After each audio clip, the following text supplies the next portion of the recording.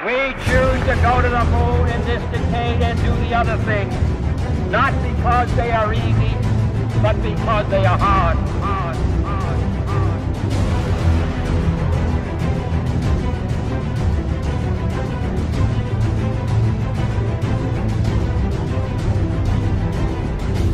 We're here with Dave Sharp, Floatlite. We have the 50th anniversary in the stainless steel. Right. And I think limited edition is maybe a slightly overuse of the word limited. We have 69 pieces. So 69. Yes. A double 69. Double Right. 69, indeed. Interesting. I would say, yeah, I suppose it's limited in this fact that that's how many they're making, but it doesn't exactly make it rare. Mm-hmm. Albeit, I suppose, with the 50th anniversary, there's going to be a lot of people quite keen and interested in this piece. Yeah. Lots of nice little new features for this piece over the standard moon watches that are the more commonly available ones in the market. I think probably the biggest one is the new movement. So it's got the 3861, which is the new version of the movement, which is now a coaxial. That's the Meta certified one? Meta certified, yeah. And as I say, this is a coaxial, still hand wind though. I believe it's got a 50-hour power reserve, which I believe is up on the previous iteration as well. Right.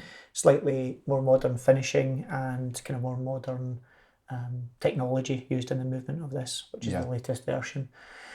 Is this manual hand wind? Yeah, still manual wind. Yeah, still I think very much keeping in tradition with what the Speedmaster Professional Moonwatch is. So it's keeping many of those features, whilst there are certainly some automatics out there. I think for the 50th it would have been slightly off to do an automatic.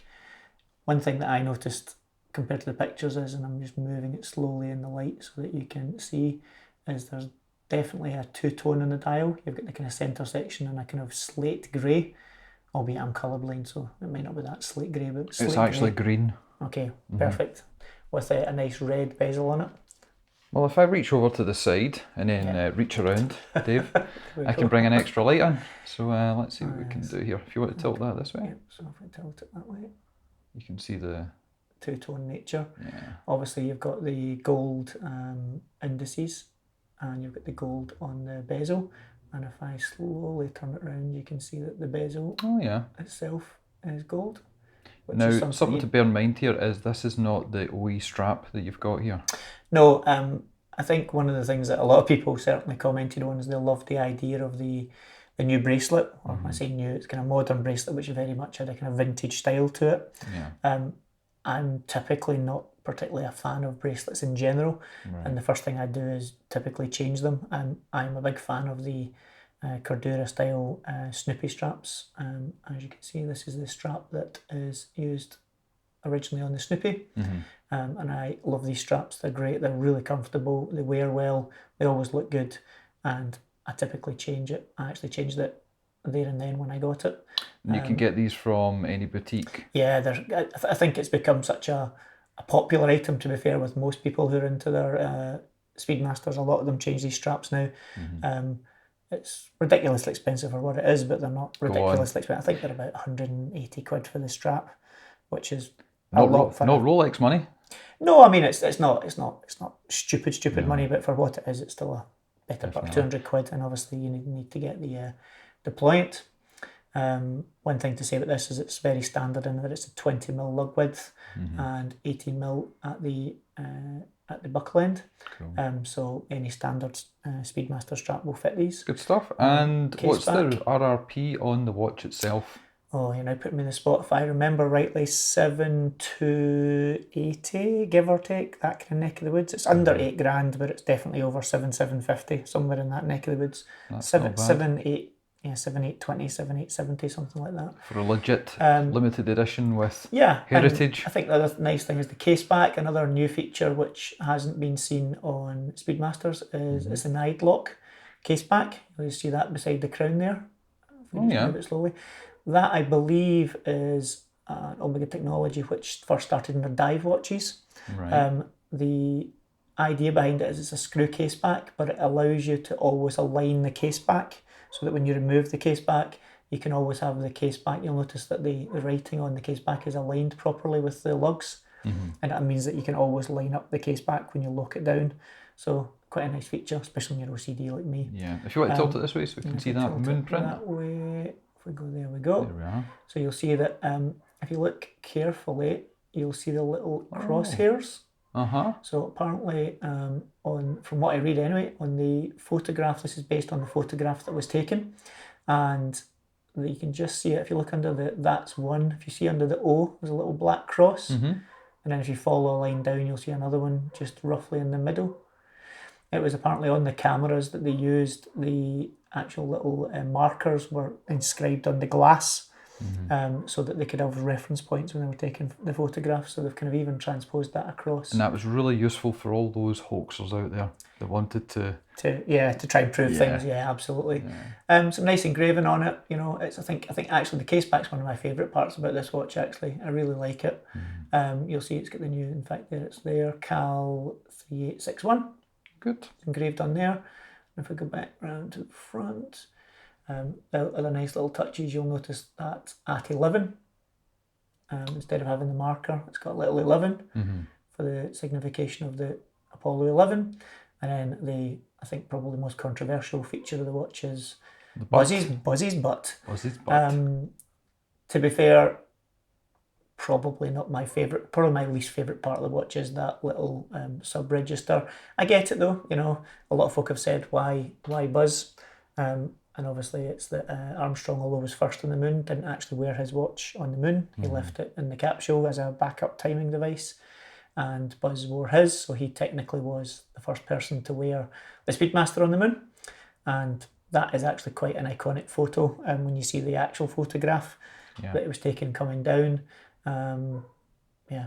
whether you agree or disagree with that being the right photo or right photo to base the engraving on, but hey, it's what it is. I think I would have preferred it with just the 11 personally, but hey, beggars can't be choosers, as they say.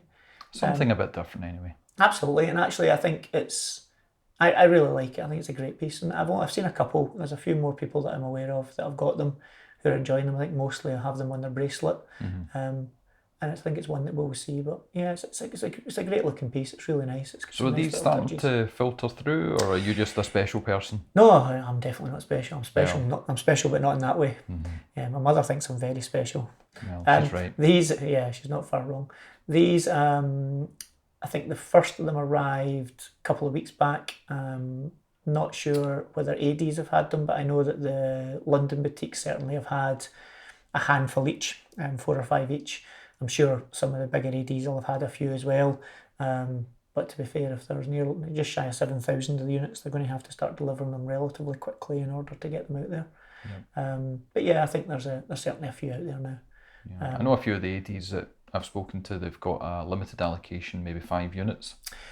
Yeah, I mean, bearing in mind though, it's 16 units across the world. They will run out quite quickly, I would guess, and I think a lot of people are suggesting that most ADs are probably going to get anything from 3 to 5 units maybe, and then maybe some of the well, if you pass that one across to me and then bring in the next one, and we'll just do a side by side. There will be a separate video for the full gold. So there we go. Hello there. Hello, how are you? Richer than Yael. So this is the other 50th anniversary edition, which is the one that's altogether a little bit rarer.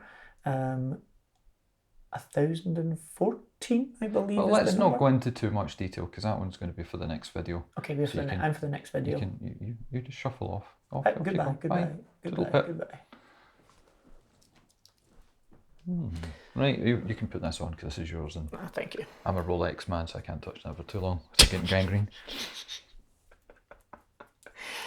Right, slide it in. Delicately, or just run in there. Slide it in. Oh, a little bit of a tilt. Ooh, suits you, sir. Thank you. Very nice.